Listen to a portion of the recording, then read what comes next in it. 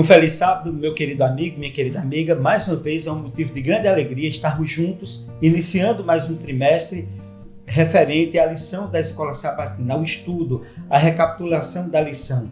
E nesse trimestre nós iremos estudar o livro de Gênesis. E nós estamos aqui no estúdio com o nosso querido professor Mateus. Ele é historiador, ele é teólogo, especialista em judaísmo e fala fluentemente o hebraico. E ele vai apresentar para nós uma introdução ao livro de Gênesis. Mateus, o que é que você poderia dizer em rápidas palavras, já que nós iremos estudar o livro de Gênesis, não é? Você também que gosta e estuda o hebraico, o que você poderia nos dizer acerca desse livro tão importante que fala sobre as origens? Olá pessoal, bom sábado também. Professor, Bereshit, né, Gênesis da Bíblia, ele foi feito por Moisés, né? A gente acha que foi Moisés, ele fez ali no século 13, 14 a.C., né? Ele faz depois do exílio no Egito, né? Depois que eles são libertos da escravidão. Então é isso. E o que é que você poderia nos apresentar sobre os principais tópicos do livro de Gênesis? Sim, professor. Então, eu trouxe aqui um slide, deixa eu passar aqui. Então, pessoal, Torá. Torá é o quê? Torá significa lei, que é um livro de ética. Ética moral judaica, né? Quem fez a Torá, a gente acha que foi Moisés, né? Moisés, como falei, no século 13 ou 14 a.C. Fora a Torá também temos o Nevim. Nevim são profetas. Samuel, Daniel, Ezequiel. Nevi é profeta. Então, como chama Samuel, Anavi. Samuel, o profeta. Eliar, Anavi. Elias, o profeta. Depois nós temos o Ketuvim. Ketuvim são escritos, que são salmos, são crônicas, são os reis também, né? Então, junto forma o Tanar. Torá, Moisés, mais profetas, mais escritos, forma o Tanar. Fora isso, também temos o Talmud, que é a tradição oral, né? Que passa desde Moisés até hoje em dia, né? Então, Torá, Nevim, Ketuvim formam o Tanar, que é o Velho Testamento, né?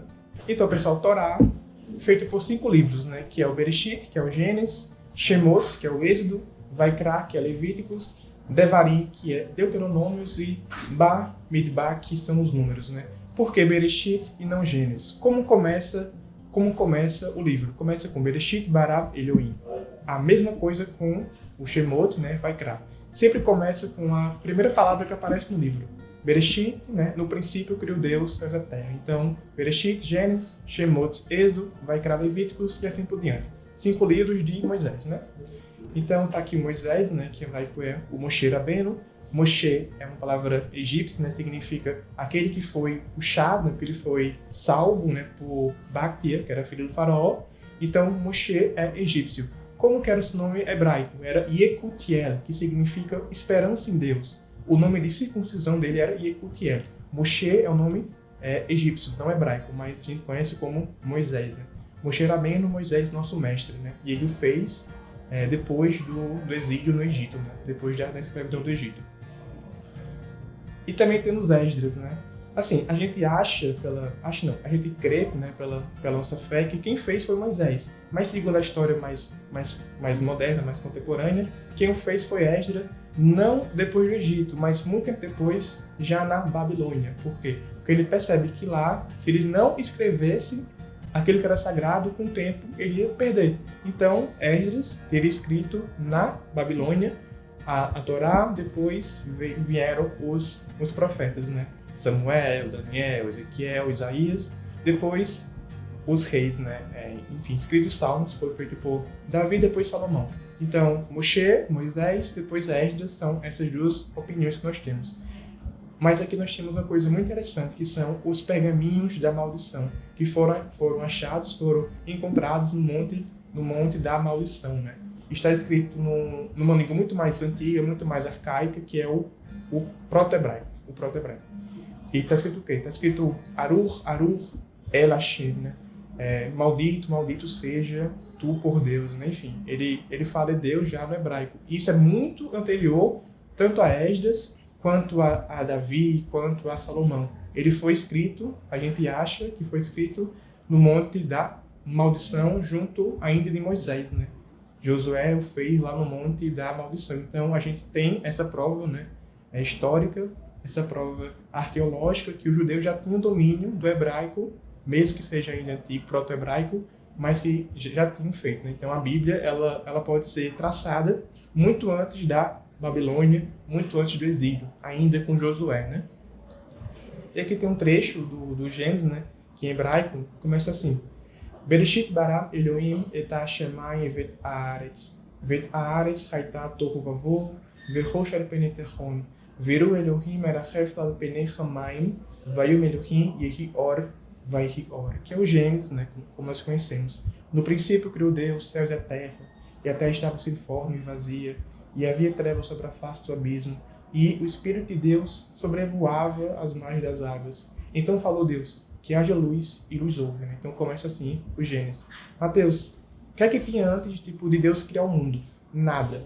Por quê? Porque bará é um verbo. Criou, mas criou a partir do nada. Então não tem essa discussão, nem entre judeus, nem entre árabes. Né? Por quê? Porque não tinha nada. O bará já é criar a partir do nada. Então, antes disso, não havia nada. Apenas vácuo, apenas escuridão. Então, Deus, quando cria a luz, ele cria do zero, a partir do nada. Depois, nós temos um trecho que é o do Salmo, né? Que também faz parte da Torá, no caso do Tanar, né? Que é um escrito feito na Babilônia, né? No exílio, que fala assim: Al-Naharot Babel, Shenashem, Gan Bachino, Betsocheno, Etzion, Al-Arabim Betorá, e segue, né? É tipo, nas margens da Babilônia, nós sentamos e choramos, com saudade de Sião. Né? Que também mostra, né, que tinha domínio tanto do hebraico na época de Moisés quanto no posterior. Né? Apesar que se falava na rua, se falava na vida normal, profana, o aramaico ou algo próximo. Né? O hebraico era guardado para coisa sagrada, né? Para a Bíblia, para oração. Então aqui nós temos uma rápida fala sobre a Torá, né? Então, professor, muito obrigado. Agora eu passo a Pronto, então a gente tem um pequeno ensaio aí da importância, da relevância e da historicidade do livro de Gênesis, né? O Bereshit, né? Que é exatamente a relevância, a importância. Eu convido a você a hoje nós temos a introdução da lição desse trimestre, fizemos uma pequena introdução aí do livro de Bereshit. Depois de realizarmos a introdução com o professor Mateus, nós vamos agora à recapitulação da lição de número 1, que tem como título a criação. Convido você a fazermos a leitura do livro de Gênesis, capítulo 1, versículo 1, que diz: no princípio criou Deus os céus e a terra. Meus queridos, atentemos para algumas coisas que são interessantes para que nós possamos estudar o livro de Gênesis e especificamente essa lição. O livro de Gênesis e toda a Bíblia começa com os atos divinos da criação. Significa que nossa criação marca o início da história humana e da história bíblica. O relato da criação contido em Gênesis tem a mesma veracidade dos documentos históricos e de outros eventos históricos e também bíblicos que são narrados, que são apresentados. Então, os eventos ali narrados, nós acreditamos que eles sejam literais. Os dois textos sobre a criação que se encontram em Gênesis capítulo 1 e Gênesis capítulo 2 contêm lições sobre Deus e sobre a humanidade. E o que é importante nós frisarmos no nosso estudo, entendermos que o melhor, o profundo significado, entender o melhor e o profundo significado do sábado, que nós precisamos refletir sobre o ato divino em criar o ser humano, a sua imagem, a sua semelhança, a partir do pó da terra. Nós ficaremos fascinados ao estudarmos essa lição com o propósito da árvore do conhecimento do bem e do mal e entendermos a sua conexão com a árvore da vida, que a árvore da ciência do bem e do mal foi tomada do homem pelo pecado, mas Deus prometeu, com a criação de um novo céu e de uma nova terra que habita a justiça, conceder de volta ao homem o direito e o acesso à árvore da vida. A lição mais importante da história bíblica sobre as origens é acerca da graça. A graça de Deus se ha manifestado, trazendo salvação a todo ser humano. Nossa existência é puramente um ato da graça de Deus. E, meus queridos, Deus criou os céus e a terra, enquanto os seres humanos ainda não existiam. É importante entender que, assim como nossa criação, nossa redenção também é um presente divino. A criação e a redenção. E o fato é que ambos, a criação e a redenção, coexistem no mandamento do sábado, do 7º dia da semana. E isso nós precisamos estudar, que é algo profundo para a nossa vida. Convido você agora ao primeiro tópico da lição, o Deus da criação. No Salmo capítulo 100, versículo de 1 a 3, vem comigo na leitura. Aclame o Senhor, todos os habitantes da terra, prestem culto ao Senhor com alegria. Entrem na sua presença com cânticos alegres. Reconheçam que Ele é o nosso Deus. Ele nos fez e dele nós somos. Somos seu povo e rebanho do seu pastoreio. Meus queridos, Deus está na primeira fase do relato da criação. Em Gênesis 1, na tradução nós lemos, no princípio, Deus. Na primeira linha, a palavra Deus está no meio do verso. Veja como é importante. E no cântico litúrgico tradicional é pronunciado com maior entonação. No princípio, Deus, para enfatizar a sua importância. Sendo assim, o texto da criação começa dando ênfase a Deus, o seu autor, o autor da criação do ser humano. E o livro de Gênesis inicia com duas apresentações diferentes de Deus. O primeiro relato da criação em Gênesis capítulo 1, versículo 1 até o versículo 2, e o capítulo 2 até o versículo 4, o presente é importante dizer que apresenta Deus como infinitamente distante do ser humano. No princípio criou Deus os céus e a terra. É o Deus, o transcendente, o Elohim, cujo nome traduzido traduz a supremacia divina. O nome Elohim denota preeminência, denota força, e o uso na forma plural expressa a ideia e a majestade transcendente. E meus queridos, então o primeiro ato é o Elohim da criação, que está ali no Gênesis 1. No Gênesis 2, a partir do versículo 4, nos traz um outro relato da criação. Deus não é esse Deus transcendente, mas apresenta um Deus como próximo, como pessoal, o Deus imanente, do tetragrama YHWH, cujo nome para muitos indica proximidade, relacionamento, está aí apresentado no relato de Gênesis, um Deus transcendente, mas o capítulo 2 nos traz um Deus próximo. Vamos agora à primeira pergunta. Vem comigo na pergunta. Quais as duas apresentações diferentes que o livro de Gênesis faz de Deus? Assinale a alternativa correta. Letra A. Primeiramente, apresenta Deus infinitamente distante do ser humano, e depois Deus como próximo e pessoal. Letra B. Primeiramente, apresenta Deus infinitamente distante do ser humano, e depois Deus como aquele que jamais teria condições de se aproximar do ser humano. Qual a alternativa correta? Exatamente a letra A.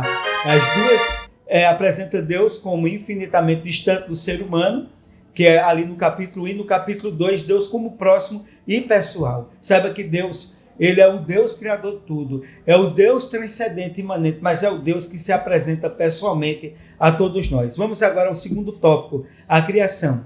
Gênesis 1, versículo 1, mais uma vez, no princípio criou Deus os céus e a terra. Meus queridos, é importante que nós entendermos que em cada etapa do relato da criação, Deus avaliou o seu trabalho como Tov. O que é Tov? Tov no hebraico, que traduzido é bom. Em geral, por meio desse adjetivo, entende-se que a obra divina da criação ela foi bem sucedida, e que a observação que era muito bom indica que deu certo até demais. A lua iluminava, as plantas davam frutos, e assim sucessivamente. Que coisa maravilhosa! Essa descrição da criação contradiz radicalmente a teoria da evolução, que diz que o ser humano surgiu do acaso, do inferior para o superior. E nós não viemos do acaso, nós somos obra das mãos de um Deus vivo, de um Deus criador, de um Deus poderoso, um Deus transcendente, mas um Deus que faz o ser humano à sua imagem e à sua semelhança. E em Gênesis 1 está escrito: no princípio criou Deus os céus e a terra. O verbo bara foi traduzido como criou, e ocorre apenas como Deus o sujeito, denotando algo repentino. Deus falou e Deus aconteceu. Que coisa maravilhosa! O poder criador da palavra de Deus, o verbo bara. Vamos agora à segunda pergunta. Vem comigo na segunda pergunta. Qual o significado da expressão era bom? Assinale a alternativa correta. Letra A. Nada era perfeito. A criação ocorreu em um longo período de tempo. Letra B. tudo era perfeito. A criação não ocorreu em um longo período de tempo. Qual a alternativa correta? Exatamente a letra B. Tudo que Deus criou era perfeito. A criação não ocorreu em um longo período de tempo. Foram dias literais, porque Deus criou pelo poder da sua palavra e não precisou da sua mão. A única coisa que Deus utilizou as suas mãos para fazer foi o homem, porque ele fez a sua imagem e a sua semelhança. Vamos agora ao terceiro tópico da lição, que tem como título o sábado. Em Gênesis capítulo 2, versículo 2 e 3 diz, vem comigo na leitura: no sétimo dia Deus havia concluído a obra que realizara, e nesse dia descansou. Nesse dia abençoou Deus o sétimo dia e o santificou, porque nele descansou de toda a obra que realizara na criação. Foi precisamente por ter concluído a criação que Deus instituiu o sábado, que é, portanto, expressão de nossa fé. Pois cremos que o Criador conclui sua obra e considerou tudo muito bom. Observar esse dia é unir-se ao Criador, no reconhecimento do valor e da beleza da sua criação. Que coisa maravilhosa! A guarda do sábado significa concordar com algo que é muito bom, e o sábado também é muito bom, o que inclui também o nosso corpo físico dado por Deus para o nosso descanso. E após a queda, o que aconteceu? O sábado apontou para o milagre da salvação, que acontecerá somente por meio do milagre de uma nova criação. Deus salva para criar de novo. Esse dia é um sinal no fim da semana de que o sofrimento e as provações desse mundo terão seu fim, porque Deus vai fazer um novo céu e uma nova terra, vai nos recriar. E o sábado denota isso, de que nós precisaremos sermos recriados por Deus, porque Ele é um Deus criador, e o sábado é um memorial de Deus no tempo, que representa exatamente a nossa criação.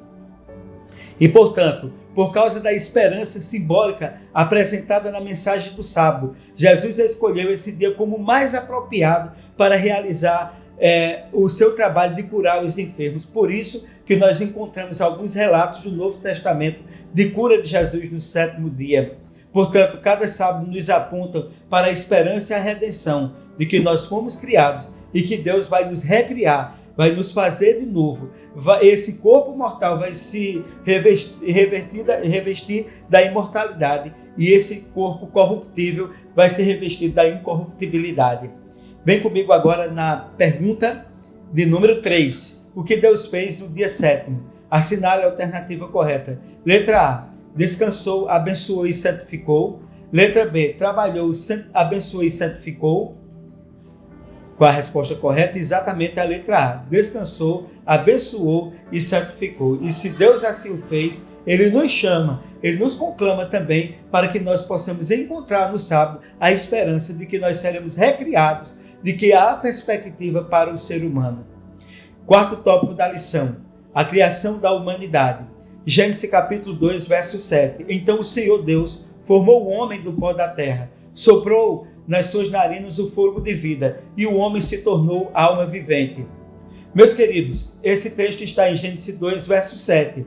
Os seres humanos são o clímax da criação. Se não existisse o ser humano, não existia nada. Quem iria cuidar? O propósito para o qual a terra foi criada, Deus criou tudo. Deus criou tudo para que pudesse favorecer, para criar o homem à sua imagem e à sua semelhança. Somente o ser humano foi criado à imagem divina, nenhum outro animal, nada na criação foi criado à imagem de Deus. Nós apenas, os seres humanos, foram criados à imagem e semelhança de Deus.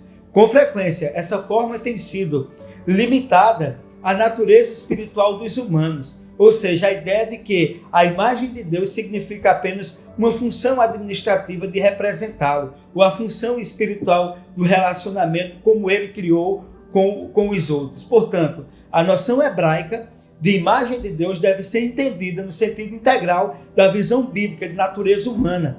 O texto afirma categoricamente que homens e mulheres foram criados à imagem e semelhança de Deus, fisicamente e espiritualmente.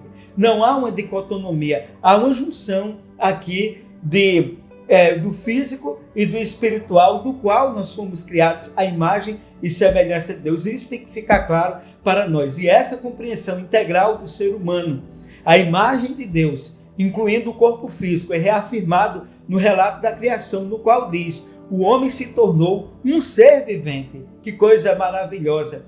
Deus fez mais tarde uma operação, uma cirurgia profunda, dessa vez para criar a mulher, a partir do corpo do homem, uma forma de enfatizar que ela é da mesma natureza do homem, assim como o homem é da mesma natureza de Deus, do ponto de vista do corpo e do ponto de vista espiritual. Assim também é a mulher. Vamos agora à quarta pergunta. Qual o propósito que a Terra foi criada? Assinale a alternativa correta. Letra A, para o ser humano habitar e cuidar. Letra B, para que os animais pudessem habitar e cuidar. Qual a alternativa correta? Exatamente a letra A, para o ser humano habitar e cuidar, porque o animal ele é irracional e Deus criou o homem à sua imagem e semelhança, inclusive com a razão humana. Nós somos semelhantes a Deus espiritualmente na criação e do ponto de vista também do corpo. Ficou claro essa questão? Então vamos para o quinto tópico da lição, o dever da humanidade. Vamos agora ler o texto de Gênesis capítulo 2, versículo 15 até o 17. O Senhor Deus colocou o homem no jardim do Éden para cuidar e dele cultivá-lo. E o Senhor ordenou ao homem: coma livremente de qualquer árvore do jardim, mas não coma da árvore do conhecimento do bem e do mal, porque o dia em que dela comer, certamente você morrerá.